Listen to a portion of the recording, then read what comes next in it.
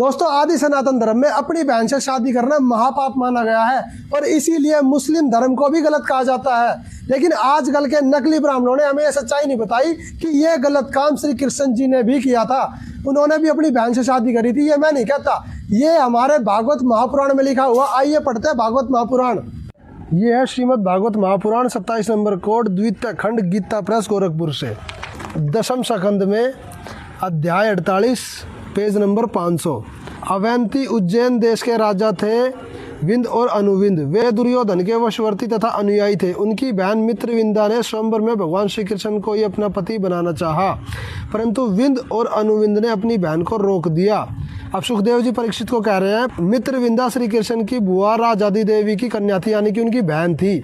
भगवान श्री कृष्ण ने राजाओं की बड़ी सभा में उसे बलपूर्वक हर ले गए। सब लोग अपना सा मुंह लिए देखते रह गए, यानी कि श्री कृष्ण जी ने अपनी बुआ की लड़की को भगा के शादी करी। परीक्षित, मैं कह चुका हूँ कि भगवान कृष्ण की प्रत्येक पत्नी से 10-10 पुत्र थे। उन रानियों में 8 पटरानियाँ थी जिनके विवाह का वर्णन मैं पहले कर चुका हूँ। अब उनके पुत्र प्रद्युम्न आदि पुत्रों का वर्णन करता हूँ।